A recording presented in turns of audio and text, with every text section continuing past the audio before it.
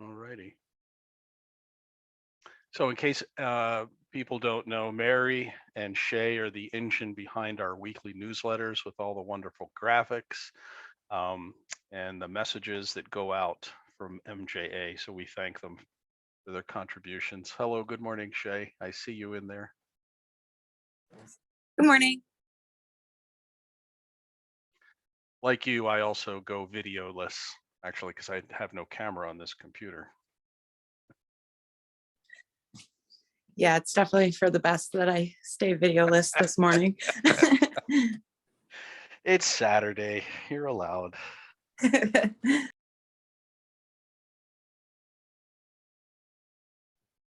Since we're recording, I think it'd be fine to get started. If anybody misses something, they can go back and start the video at the beginning. But like Jack just mentioned, I'm Mary Steibel. I'm an MJA volunteer. I am with Shay. We are in charge of the media department, kind of, but we work on things like the graphics, like he mentioned, and those weekly updates. And the little reminder you got today to come to this webinar, that was me. I sent you that email. So one thing that they use me for is to write some of the letters that we send out. I am a former high school English teacher. Now I'm a school counselor. So I've got some of that background, and I've taken enough English classes and gotten enough feedback to hopefully share some helpful tidbits. I know when it comes to letter writing, it can be easy to kind of get sucked into a direction maybe we didn't intend to go. So I just wanted to give you a general guideline for how to write a letter, especially specifically for legislators, as well as just some tips along the way. I do want to mention that I have 3 dogs, and they might bark during this presentation, so I apologize. And they might even peek up behind me. I don't know. We'll see. So they're just they're along for the ride. So if I may ask, Mary, when you said when we start to write a letter, how we can go off in a different direction, you mean you're going to help me figure out how to stay on point? Is that what Yeah. Yeah, that's actually one of my first things that I'm going to talk to you guys about today is how we stay focused. And if you follow this outline that I'm going to lay out for you, if you stick to that, you will stay focused. And we'll talk about editing and how through editing, we will kind of weed out what we don't need and keep it very just to the point. That was the one remark. I'm not trying to give myself too many props, but all my English teachers, what they appreciated about me was that I was concise. So I like to preach, let's stay concise, let's get our message across, and not overwhelm the reader. So that's a focus for our discussion today. So let's get started. Oops, gotta figure out how to do that. Okay, so before we really get into the outline, I just wanted to have some things that we keep in mind, and I'll go over these again at the end. The first thing, like Jack just mentioned, if I can get this to work. Sorry. Oh, there we go. I clicked it 3 times. So stay focused on your goal. Like, what is the goal? Why am I writing this letter? Every single sentence that you write should serve to propel your goal. And anything that doesn't should be removed. So make sure that you're always staying focused on your goal. There it is. Be concise. Very specifically stick to those sentences that you need and weed out any that are superfluous. There's a little bit of a delay when I click buttons, so I apologize for that. And I didn't memorize the order I wrote things in. So give me 1 sec.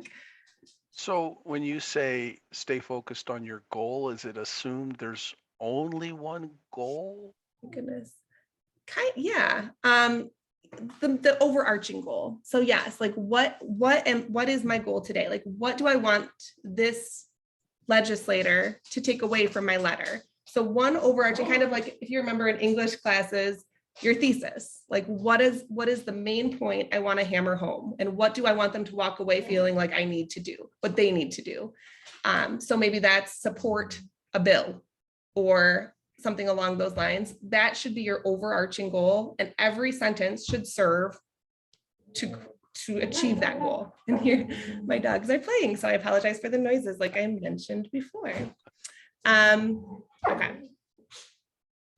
Stay respectful. I think sometimes when we are writing a letter that we really care about, it can be easy to say something almost like disrespectful or rude. And we want to make sure that even if we disagree with them politically, we want to keep it really, really positive and friendly and respectful. And as I go through the outline, I give you an example of how I would write it, so you guys can see that as well. Avoid slang and contractions. I know this goes back to like early writing lessons, but it's a good reminder. I have friends who ask me to edit letters all the time, or papers or whatever. I catch them all the time. I catch slang, I catch contractions. So I think it's easy, especially as Jack mentioned at the beginning, we've been just kind of off with our socializing. Like we don't write formal letters as much anymore. And sometimes we can slip into the less kind of mature writing that we are all capable of. Just kind of make sure that you go through and remove those pieces. I catch things like that in my own writing sometimes, where I go back and I have to remove those. So I get this grief from my own kids, which is even in a text message, I have a salutation like, "Hi, Mariah, comma," and then I start the body of my message on the next line. Yeah. And then at the end, I put my signature. Is that like still okay? Is that still okay to do in your text messages? Well, yeah, I learned it from writing letters. Yes. And I would be on Mariah's side in that I totally know what she's talking about. Like, Dad, you don't have to say Mariah, comma, in my text message. But yes, that's good practice. So absolutely, yeah, we definitely, we'll talk about that, how we use the salutation and do this all in a very professional manner. I could actually help you with your text messaging too, Jack. And it doesn't have to be quite as formal, but absolutely. And then edit. I'm an English major. I was an English teacher, and still, if I do something, I have like 5 different people edit. So that's always a really good thing, and never be too proud. Like, stay humble and remember that nobody's perfect, and people will catch something. Like, you might have written the word "and" 2 times and you didn't mean to. Just simple things like that. So just remember to edit. So to just jump right in. With the outline, I'm going to break it into pieces and show examples. So the first part is simple: appropriately date and address. So right at the top left-hand corner of your page, and I know I'm looking out to people who look like maybe you have experience with writing, but we know that we put that date at the top. With a legislator, just a show of respect is to say "the Honorable" before their name. So "the Honorable," mine is Tom Barrett. And I looked up his address, and look at me catching a typo with a period after the 36. So you don't need that period at the end of the PO box. And then Lansing, Michigan. I even edited this a bunch and I missed that period. So that goes to show you could never edit too many times. So that's simple but straightforward. And I just want to make sure that we're including that. Underneath that, you would include a subject and a salutation, like Jack just mentioned the importance of. So what is the subject of what we're doing? For me, I would be writing to him about our Senate Bill 649 good time credits. So that's what I made my subject. And then just a very simple "Dear Senator Barrett." Okay. And then just to show what that kind of looks like all together in the top left-hand corner, just don't forget it. These are those little details that people might forget to do, which shows respect. It shows I take this seriously. This is a professional letter, and I took the time to do it right. So making sure that we date it, we have the correct address, we have a subject, and we give an appropriate salutation. I kind of rushed through this part because it's pretty straightforward, and there's not really a way to mess that up unless you have a misspelling or an incorrect address. So just double check those and make sure. I do have one example. Sometimes I'll get an email or something from a person, or I'll see a name, and it's not clear to me from the name, gender, first of all, and then second, especially with women, Miss or Mrs. So how do we deal with those kind of topics? Yeah, typically you can avoid it in a legislative one, because you can go with senator or representative. If you just avoid, or you could even use the first name and last name rather than say Miss or Mrs. or Mr. Additionally, you could do like a minimal amount of research. If you Google the person, you can likely find more information about them that would give you that information. So I think either way is fine. Whichever you feel like doing is totally appropriate. But I avoid missing Mr. and Mrs. with something as you know, it's easy to address a politician without using that. So I would just avoid it altogether. True. The next sentence is a very simple introductory of yourself. Like make sure they understand who you are and that you are a constituent. So I just kept it super simple. My name is Mary Steibel and I'm a constituent that resides in your district. Okay. So this part is where there's kind of two paragraphs we're going to talk about that have meat. And the first is our support for the bill or whatever it is that you're writing about. But specifically, we're kind of talking about supporting our bills. So you want to specifically state that you support it and then why. So this is one place where people might get carried away and write way too much. And this is my whole thing. Let's stay concise. Let's choose 3 reasons, like 3 really good reasons that you support the bill. Okay. I wrote some examples here and I didn't include all these in my sample paragraph, but just as a reminder, there's lots of reasons to support a good time bill. So I just wrote a few that jump to my mind whenever I'm talking about this topic. Michigan is one of only 6 states with no good time credit. Michigan is the only state with 0 ability to reduce a sentence. Truth in sentencing has been intact since 1998, so maybe it's time to change. Good time offers incentive for growth and good behavior. That would make prisons safer for all of us. And then a point I always like to make is our goal retribution or rehabilitation? And that's just a few of mine. So you might have your own, all these other reasons and maybe other facts and statistics that stick out to you, and narrow it down to like the ones that you think are the most important and maybe that your legislator would be most interested in listening to. So kind of give it a good feel. And when I wrote my sample paragraph, which I'll share with you in just a second, I could have gone so many different ways, right? Because all of these reasons to me are important, but I want to keep it concise. I don't want to bombard them with too much information. One thing I wanted to hit home, and I kind of meant to say this earlier, but I guess it's fine to share it now. Think about the times you've gotten an email that are just way too long with way too much information, or a letter, and you're reading through it and you're like, gosh, what's the point of this? I mean, have you ever gotten an email or a letter like that where it's just so, it's overwhelming, it's too much, and you're like, okay, but what are they asking for? We don't want to confuse our legislators. We want it to be very straightforward, and we don't want to mince words. Like, this is why. This is what should happen, and here's why. Okay, so choose your reasons and then formulate a paragraph free of contractions and slang. And I'll read you kind of what I came up with. Uh-oh, okay. I feel like there's just like a little delay and it's throwing me a little. Okay, so here's one that I wrote. I am writing this letter to voice my support for Senate Bill 649, good time credits. Michigan is one of only 6 states that does not offer any form of good time credits in prison. It is time to incentivize positive behavior in Michigan prisons to foster rehabilitation and safer conditions for incarcerated individuals and correctional officers.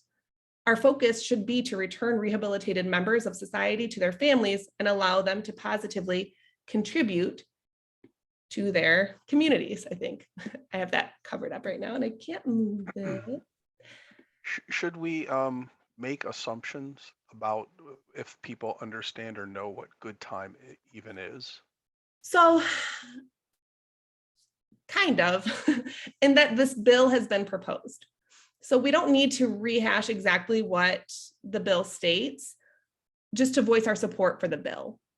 So I would say, Jack, this is different than educating our legislators completely. We don't need to give that whole rundown of what are good times, what's the history. Like, you can really lose your message if you, again, offer all of that. If the bill has been proposed and the information is out there, we know that there's enough there for the legislator to look more into, if that makes sense. Yes, and you're right. I would be tempted to do that. I'm sorry. Do you mind if we're interactive? I don't mind at all. I don't mind at all. Fantastic. Well, let me bring up one point Yeah. that I gleaned from some of the visits we had in February. We stopped into one senator's office and I started the conversation by saying, we're here to talk about Senate Bill 649. And he stopped me and said, "What's that?" But when I said, "Oh, that's the good time bill," he immediately, his eyes lit up. So I think for this, our lawmakers who are dealing with thousands of bills literally every session, we probably do at least want to indicate the common title or common name for this bill. Yes, thank you for saying that. Exactly. And that's exactly why, yep, we include that, the bill and what it generally is about, without giving a whole history background. They have that information at their disposal. But like Jack just mentioned, it's good to let them know exactly what we're referring to. It's this bill, but that bill is about good time credits. So just a very simple reminder. They'd kind of get that information from everything else that you share, but it's just helpful to have it in there. That's a good distinction. Thank you, Jack.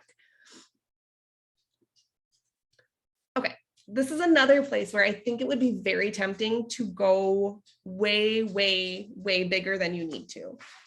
Include a brief, and I'm emphasis on brief, personal story. The temptation when writing about something so personal is to share the whole story, to share everything that happened, how and why your loved one made it to prison, why maybe we believe they're innocent. I'm so sorry about that. Dogs. And sorry, I get distracted by the dogs in the background. Just lets us know you're human. Thank you. Oh my goodness. Okay. So I really want to emphasize just keeping it brief and staying focused. This is the place where you're probably going to feel most tempted to really go off the rails. So I'm just a couple tidbits of just ideas would be to list a few positive accomplishments. You don't have to say every little thing they do, but if you do, like, and I'll show you in my example, I just list it. I kind of just list the list, and I'll show it to you in a second. I just list the positives, just a few of the accomplishments he's done while he's been there.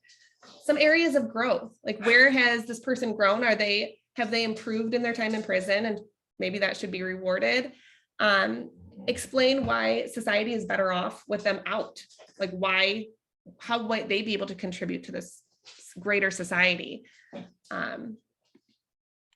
Yeah, I think you're going to hit it right here. Yeah, so keep it brief, and we don't want to, you just really want to avoid rehashing all the details that led this person to prison. That is, I understand it. Like, I get it, because I have a loved one in prison and I want to explain to everybody why he shouldn't be there. But this is not the time or the place, and it's not going to serve to push your agenda. Like, it's not the legislator would be like, okay, yeah, I get it. Like, and if they had, let's say, hundreds of thousands of emails like that, that's too much. They understand it. You don't want your loved one in prison. They get it. And they don't need to know every little thing that happened.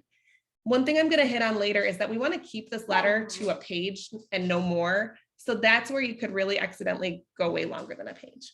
And if I'm going to amplify this last point. I had heard it said, and I think I agree, we don't want to retry the case.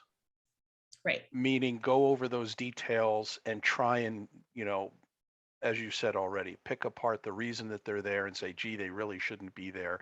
And the judge did this, and the prosecutor did that, and the detective did this.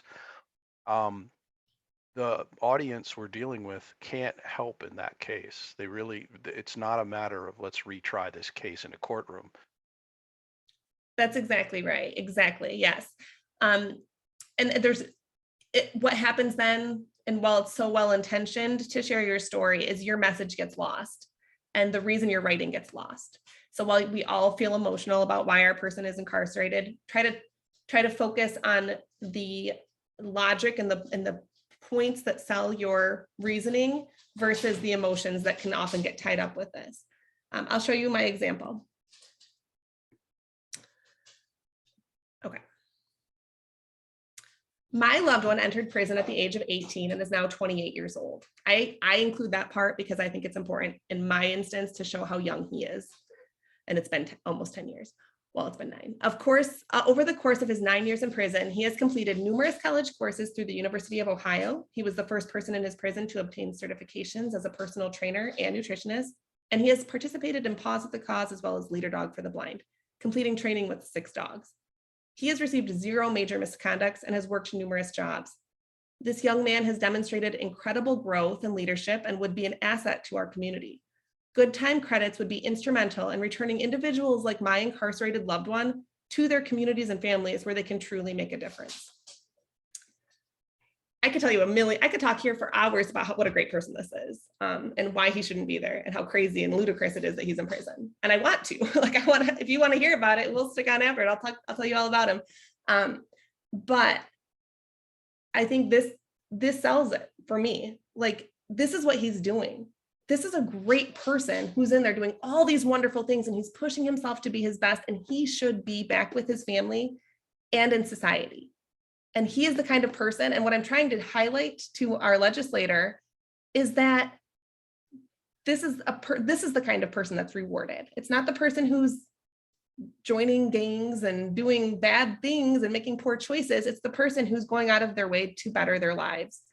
Not everybody's going to have the same list of things, but think of the things that make you proud of that person. It doesn't have to be jobs. It can be the way that they cared for a person.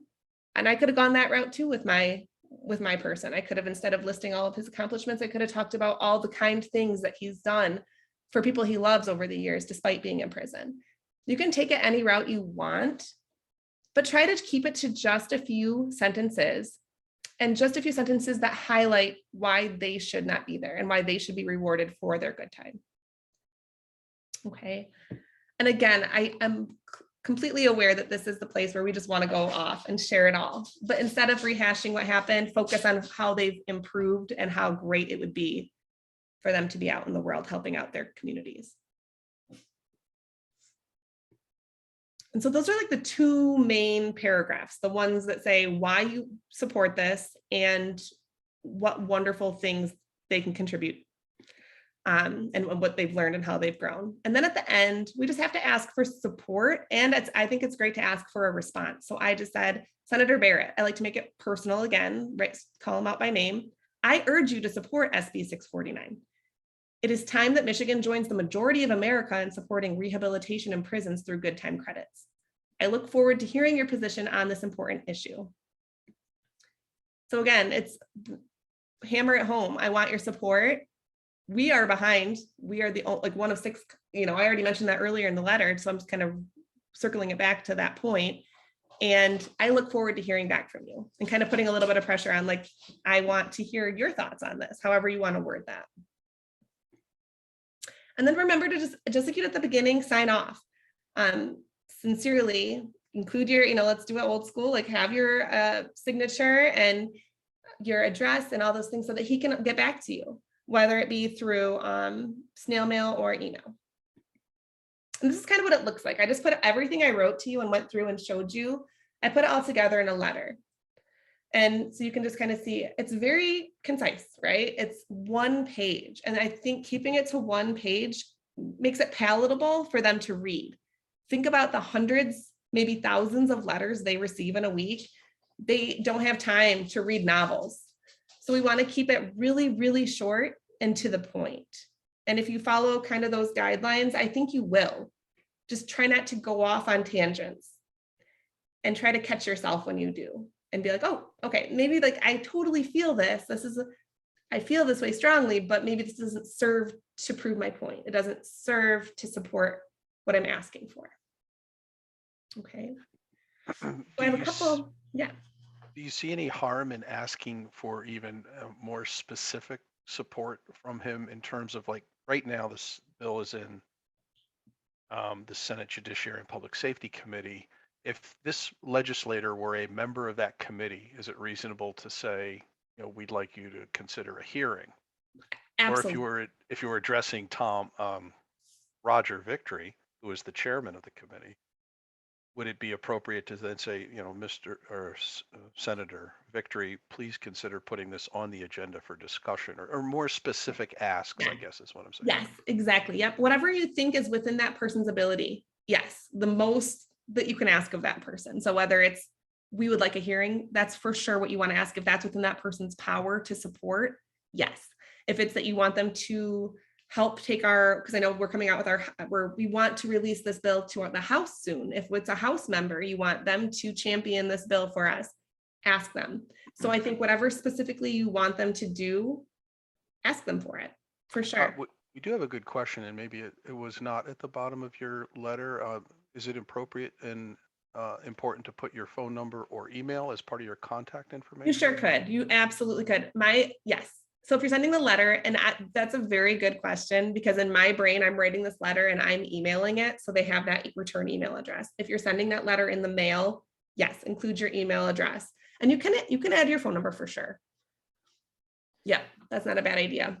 I just want to ask again, I just picture this legislator saying, well, what did he do? What did he do? And before he even finishes the letter, looking him up to find out what his offense was. And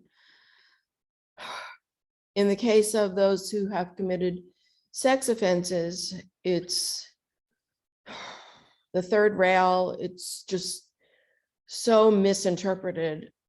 And without mentioning it, I feel like he's just going to say, well, oh, well, never mind, forget it. You know, and I completely hear you, and I understand that. I would be very surprised if they did individually go through and look up everything that they did. If a person supports prison reform, they typically understand that piece, and they're typically sympathetic. If a person is not in support of prison reform, they're going to find that regardless of how you try to defend it. That's how I personally feel. So I hear you. I just don't think we're going to gather support by sharing all of the details.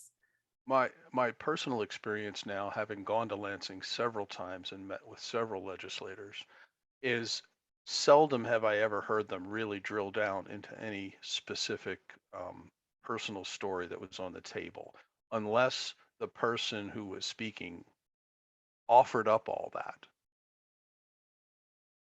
That's a good point, Jack. And it almost brings up a situation where they may not even considered it. And now they're like, oh, well, if it's that, it could almost work against you. Whereas they might have instead of giving them the positive to focus on how they've grown, because that's what prison's supposed to be about. It's not supposed to be about, in this whole legislative process, it's not supposed to be about what happened. It's supposed to be about what's happening and where we're going. If you look at a lot of bills, oftentimes that's where it says except for. And let's look at what just happened to the Supreme Court nominee. Where did they go that they found the reactive, emotional, irrational issue to target? I'll tell you what, Ann, you and I could talk for a long time, because my loved one is also being charged, or is, convicted of a CSC crime, 750.520. It is an emotionally charged issue, and there are groups actually focused more specifically on the legislation around this topic. I could certainly introduce you to some of these groups, and we're trying to do things, but as part of MJA, we've elected not to drill down into that. We are trying to do something that's much more broadly blanket applicable, and we are not carving out CSC, which is another distinction of our bill, I think, between that and a lot of others. Yeah. And I would say too, by avoiding getting into the nitty gritty, and it comes more from like, this is for the greater good, then it doesn't put into their brain, but oh, well, I don't want to listen to you because of the offense of your loved one. Like it could, if the person was against reform, it might put them against you rather than like, okay, well, you're making some good points. So maybe for the greater good, that is a good thing, rather than give them a reason to not be on your side. Right. It is just so polarizing. CSC, it's almost the lepers of society. Right. Trust me, I am with you. Thanks. Mary, I just wanted to add to that really quickly. You don't have your loved one's name in the letter, so it would be really hard for them to hunt down Oh yeah, I didn't who include they are and what they did. So Yeah. just That's a really to good add to point, that. Shay. And Shay, that's a really good point because my loved one is Shay's brother. And originally, when I wrote that letter, I sent it to Shay to edit, and I had his name in there. And upon thinking about it, I took his name out. And I'm actually really glad you brought that up because you're right. I did not include his name in there. So it doesn't have to be a part of it. Thank you for pointing that out. That was a really good point. Okay. So just to review, this is like a very simple overview of the outline that I was giving you. So include the date at the top. I'm clicking it, it's just not showing up yet. And then we're definitely going to include the address and the salutation, include that subject. And like Mr. or Jack mentioned, we have the subject. I used SB 649 plus, I included good time credits. So just as a reminder of exactly which bill we're talking about. Include 3 points of support, a brief personal story, and then request for support and a response, and then you'll want to sign off. Oops, sorry. So just a very simple outline. And when I was a high school teacher, I would always give just like follow these points and you're good. Like if you do each of these things, your letter is going to be well constructed, hopefully well worded, but it will be well constructed. And then just a few reminders. And again, we'll stay concise. I know I say that in there. Keep it to the point. Apologize for the delay. And then I hit it 5 times so they all pop up. Okay, sorry. Be concise, keep it to 1 page. Again, the more that you put, the more your message can get lost. Leave out unnecessary details, stay focused on the positive. Avoid grammatical and spelling errors. And that goes without saying. However, as we caught in here, I had a period where I didn't need one. So, I mean, I've looked over this 100 times and I still didn't catch that. So your eyes, friends' eyes, anybody who loves you, anybody who will look at your writing, it's just the more eyes on it, the better. Avoid slang and contractions. Like I said, have a few friends edit. I always do. I always did. Even when I was a college English major, I'd always send my papers to my sister and she'd always edit for me.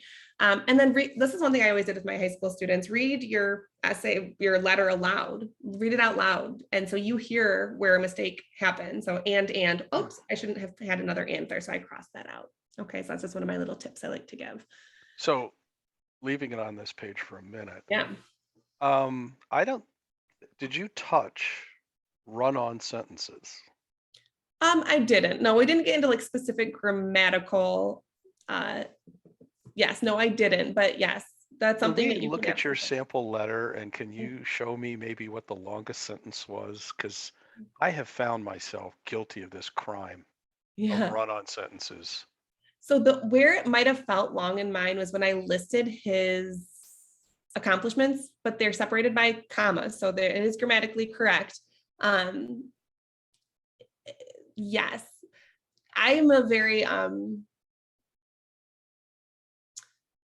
trying to figure out how I want to word this as simply as possible. If you can put in a period and end that thought, do it. You can always start fresh. If you are feeling like it's too choppy at that point, you can include a semicolon and connect 2 thoughts. As long as they're 2 complete thoughts, you can connect those with the semicolon. But as long as you can have a really long sentence and it's not a run-on sentence. As long as you're using correct grammar and punctuation, you're fine. So as long as you feel confident that you're good at punctuation, you're okay. You just don't want to sound too like you're dragging on. And in my instance, where I do include all of those, so over the course of his 9 years in prison, he has completed numerous college courses through University of Ohio. He was the first person to obtain certifications. He was participated in this and completing training with 6 dogs. I kind of wanted that to sound long because I'm trying to demonstrate how many he had. You know what I mean? So it's kind of, what is the point of your sentence? And are you trying to make a point with it? And if you're reading it and it feels like it's too long, when I do that, I look at where I can trim it and where I can separate ideas and punctuate a little bit better to make that flow more nicely. So I don't know if I hear you. I struggle with this, and I appreciate all the edits and help you have given me over the years. And you're a good writer, Jack. Yeah, I like you paint a nice picture and you use a lot of details, but sometimes, yeah, we can, sometimes Run less is on. more. Mhm. Well, we've been going at it now for quite a while here, and I do see some questions building up. Do we Yeah, have? Is it absolutely. I think I'm time done, for that? but yeah, I think this is the last page. So yeah, any questions are good. All right. So, well, this one I feel like is more specific to understanding the structure of our legislature. But Sally would like to know, how do we know the abilities of the specific person we're writing to? You know, what part of the, I guess, legislature are they on? I think I can help you there a little bit, but this comes from, I think, just exposure, studying, learning the names of who's who in the zoo, understanding where our bill went, looking that stuff up, then understanding who sits on that committee, the Republican, Democrat split makeup on that. I can help you with that, I think, a little, Sally. Let's see.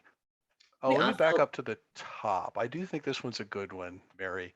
So why are you calling or addressing a senator as honorable? Isn't that incorrect? Isn't that just for judges? no, it's for legislators as well.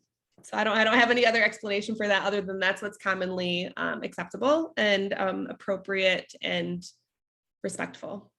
I mean, it does feel like it errs on the side of respect versus, hey, you or Jim, first name basis or something. I as many times as I've worked with and talked to Senator Irwin, I can't in my emails bring myself to say, hi, Jeff. I Yeah, just can't. correct. Yep. So that's one that's just kind of the way it is, and that's just that's the most respectful way to address them, and that's common and acceptable. So yeah, I hear you, because we hear about the honorable judge so and so, but that is technically how we are supposed to respectfully address a legislator. Good question. Are there any other questions? We can open up mics, I think. Also, to get back to that one you talked about before, we do have a list on our webpage. I know we have the list that includes all the senators and House representatives, and like you can type in where you live and it'll tell you who your people are. So when you find out who your people are, you can just Google them and get an idea of kind of where they sit, kind of how they voted, and it gives you some good insight into how to best cater your letter. Like, where are they on this, and where might they be in support? So a little bit of research, a little bit of digging can go a long way if you want to put in that extra effort. Do we only need to write to our representatives in our district? Can't we write to several of them? You could. Yep, you could. They like to, they are in charge of their district, and they like to hear from their specific constituents. So it doesn't hurt to write to everybody, but they are elected by the people who live in their district. Yeah. So that's why we like to make it more specific. And to go further, I don't know, Helen, if you were with me that day we were up there in Lansing in Yes, I February when was. we visited Senator Schmidt. Were you with me on the Senator Schmidt visit? I don't think I was with him, but I was up there that day. Yes. Yeah, so when we started streaming into his office and he and his top aide were in the room, one of the first questions he asked when we were walking in is, okay, so who lives in, and he was looking for Yeah. those constituents in his district to try and say, okay, are you guys just coming in here and you're not connected to my district? In which case I felt like he was saying, yeah, I'm not going to pay as much attention to you right now. I will tell you, before I was aware of this bill, I was aware of the one that David LeGrand was supporting. So when I read his bill, I thought that was the only one out there. I wrote to all of the representatives and senators that were on the Judiciary Committee, all of them. And David LeGrand was the only one that responded to me. Yes. David LeGrand is an advocate. I do like him. And in the case of having a bill in a committee, a specific committee, I have in the past when offering testimony, like if I knew they were putting a bill on the agenda in that committee. If I couldn't get up there in person, I have written and I blanket email everyone on that committee, including the clerk. Oh, So you want to make sure that you get the clerk's name on there and they actually put it in the record. So there is a record, and your letter will remain as part of the public record of testimony for that hearing. okay. See if I can Thank you. find who we're looking for. All right. Yeah, I do have a slide. I'll throw it up on the screen if you want, on the makeup of the Senate Judiciary and Public Safety Committee, if that's something we want to go to. But let's see, are there other questions specific to letter writing, the information that we've been given today, and how to maybe go ahead and write your own? If you're not feeling comfortable yet, please ask. Yes, I do. Go ahead, Holly. Hi, my name's Holly. How do I put this? Just last week, or maybe just 2 weeks ago, I went to a meeting. And I specifically asked a senator, her name was Winnie Brooks, what can you do about this? And she blankly looked at me and said, well, we can't change anything a judge says, ever. I'm sorry, can you repeat that? They can't We do. can't change anything a judge says. And I've heard this said many times from these senators, legislatures on different topics. They will not go against courts nowadays because in my mind, judges and attorneys basically run the country at this point, but that's getting off topic. So do you have enough signatures to even ride this bill? Okay, so What do you think this? We have written so many letters and Right. gone to so many of these so-called meetings. Have you actually got the number of signatures you need to actually make a change? It's All footwork. right. Is what it's Let me try and address the signature thing, because I think what's happening now in Michigan is there's some confusion over what is going on with Michigan United, a different organization, different criminal justice reform organization, and they are trying to collect handwritten signatures, which is part of a way a proposal can become law here in the state of Michigan. We have a method that the people of the state of Michigan can sign, handwrite their names on a signature sheet that has the bill on the back. And if they collect enough signatures, they turn that over. And the sequence of events could be, first of all, those signatures have to be validated. They take a sample. So in this case, the number of required authenticated, validated signatures would be 347,047. That's based on the last gubernatorial race. But those signatures might not be legible. So they'll take a sample of, say, 1,000 signatures, and they'll look through. And if they invalidate some because somebody didn't, write their name clearly enough, or you can't read their address, or you can't, perfectly validate that, yes, this is legitimate, we can validate it, then you lose some of those signatures by sample. So if you had 90% that were good, so out of 1,000, you lost 100 signatures, not 900 signatures were still good. Then they would apply that statistic to the entire number of signatures you claim you've collected to validate, did you still exceed the 347,000? It's a mathematical thing, right? Once you get that far, then the legislature can do one of three things. The legislature, and we understand who the legislature is, right? Our senators and our representatives. They can look at that proposed law that the people have proposed, and they can say, okay, we'll pass this as is. We'll make it law. We'll adopt it. They could look at it and say, well, we think we could agree to adopt this if you change this piece or that piece of what you've proposed. then it becomes a negotiation between the people or whoever represents the people. In this case, it would be Michigan United. They could negotiate that with the legislatures, and then the legislators could say, okay, we'll pass it then with these modifications. Or they could say, we don't agree, put it on the ballot. That means in November of that year, the people of the state of Michigan at large, everyone in the state who votes, can vote on that bill and say, yes, I want this to become a law, or no, I don't. So you can see there's plenty of steps in that, and in some cases, places it could go wrong, right? What happens if you got through all that and then the people of the state of Michigan shoot it down? Well, then the legislators will never touch that topic again for a long, long time, because they'll say, look, the people have voted on this. We don't want to deal with it. We're off the hook. But what we are doing at Michigan Justice Advocacy is different. We are trying to get the legislators to craft this law, and we have done that. Senator Irwin has done that in the form of Senate Bill 649. And now we want the legislators to do their jobs and either pass this bill or not, right? So there's a difference. The signatures you're talking about, I think you're talking about Michigan United and what they're doing. That's not what we're doing. Is that clear? Well, yes, yes and no. I mean,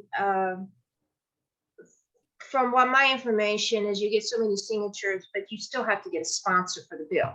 No. And then you're right, they do change it. It's a step-by-step type thing. But they got the bill passed not by making it a law. They just got the bill passed, or they at least got it on the table. So you're right. There's many different things besides voting on it. I'm just curious about, oh gosh, how do I put this? There's so many letter writings going on. I'm just not sure. Well, how about I spin it this way for you? If we don't do anything, probably nothing will change. That's true. How's that? No, I agree if everything's going on. I'm just curious about the footwork. Holly, can I just say too, like I said, I was an English major, English teacher. And one thing I would, really encourage you to do is write this one great letter that all you have to do is tweak. So if you have the nuts and bolts of an amazing letter that really sells your point, and all you have to do is change who you're sending it to, or maybe ask something a little bit different of them, you won't feel like you're rewriting all these letters. Send the same basic letter to all the people. And the more they get those letters and the more people who receive them, the more they might listen and say, oh, people actually want this. So we want to keep just sending out those letters. And even if it's the same kind of thing, and that's why we have our pre-written one, even though it's pre-written, it's still somebody saying, hey, I want this change. And the more they hear that, the better for our cause. So I hear you. It's a lot of, it feels like a lot of work. It feels like a long time, and we don't know what the end result will be. But like Jack said, if we don't send them, they don't know that we want it. Oh, I 100% agree. And I have written letters. I ran back and forth to Lansing. I have, believe me, there's many people have done the same thing, but sometimes I think that people are reinventing the wheel instead of stepping outside the box. So that's just, I'm just, it's 100% you need to do it, but I still think people just reinvent the wheel again and again and again. We need strong lawmakers that will stand up. And I think Helen rightly pointed out, David LeGrand is one of those lawmakers that will go out on a limb. Jeff Irwin is another one of those lawmakers. And we are meeting more and more. And I do want to say, based on my limited exposure and time in this effort, I believe there is more momentum now than there ever has been to see a change to criminal justice, particularly good time, as well as many other criminal justice reform topics.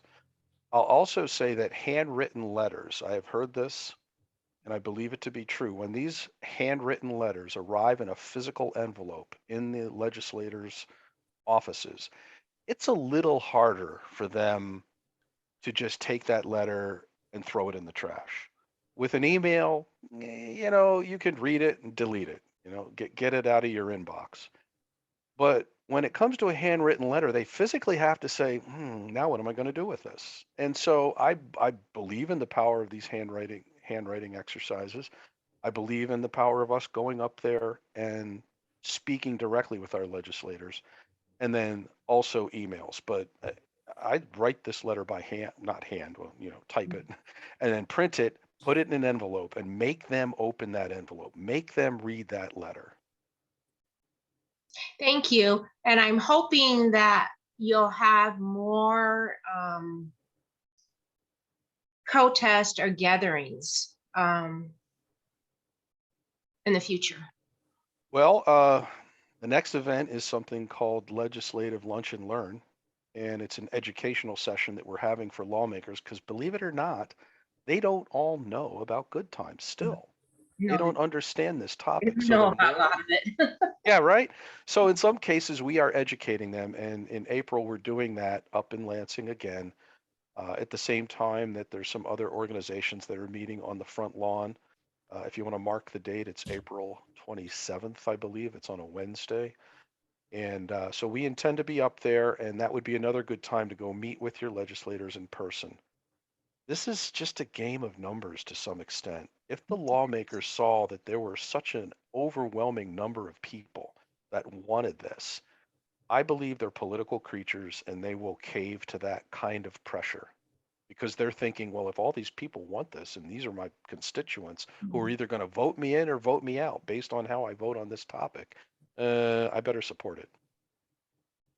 I just say two things about that. One is it's a very popular political ad and strategy to say, I will protect you from all the bad criminals by being tough on crime, as opposed to what you're saying, which is what we're expecting of a reasonable, thoughtful person, which I don't think all legislators are.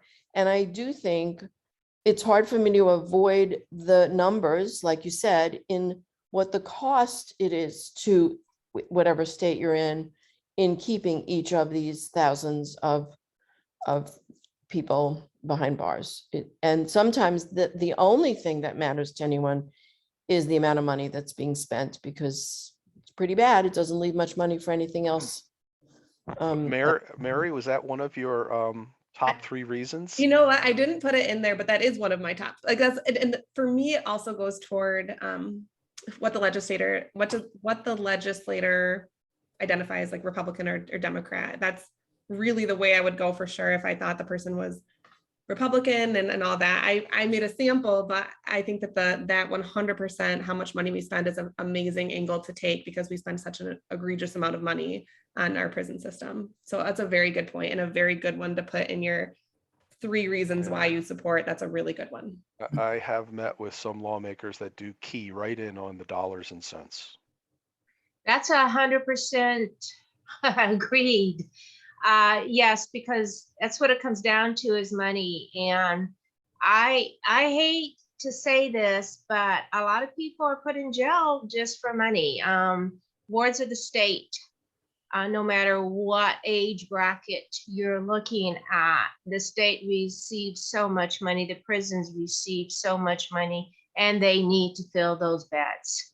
And when you're talking about someone who's not going to be harmful to the community in any way,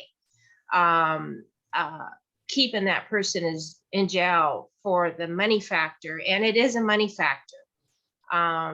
That's the bottom dollar right there, is how much money the states and the prisons are receiving to keep somebody as a ward of the state versus letting that person go out and pay taxes and be a person in the community. And it always comes down to the bottom dollar because legislatures are too afraid of rocking the boat any which way nowadays.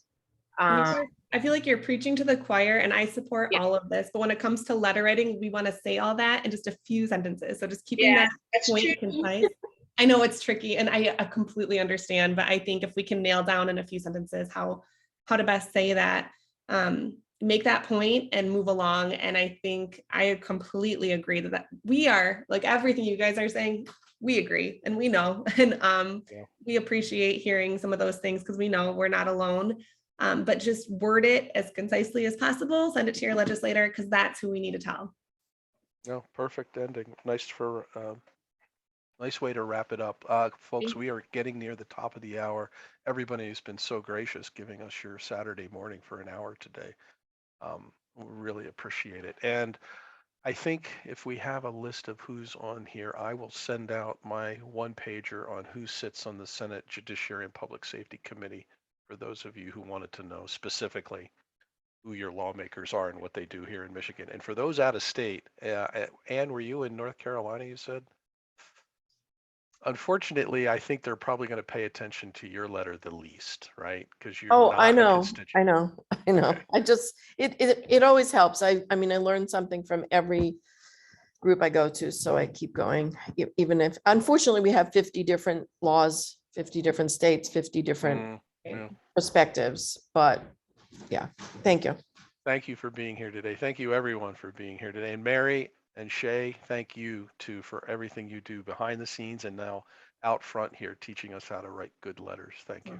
Our pleasure. Yep, our pleasure. All right, folks, I'm going to stop the recording and have a good rest of the day.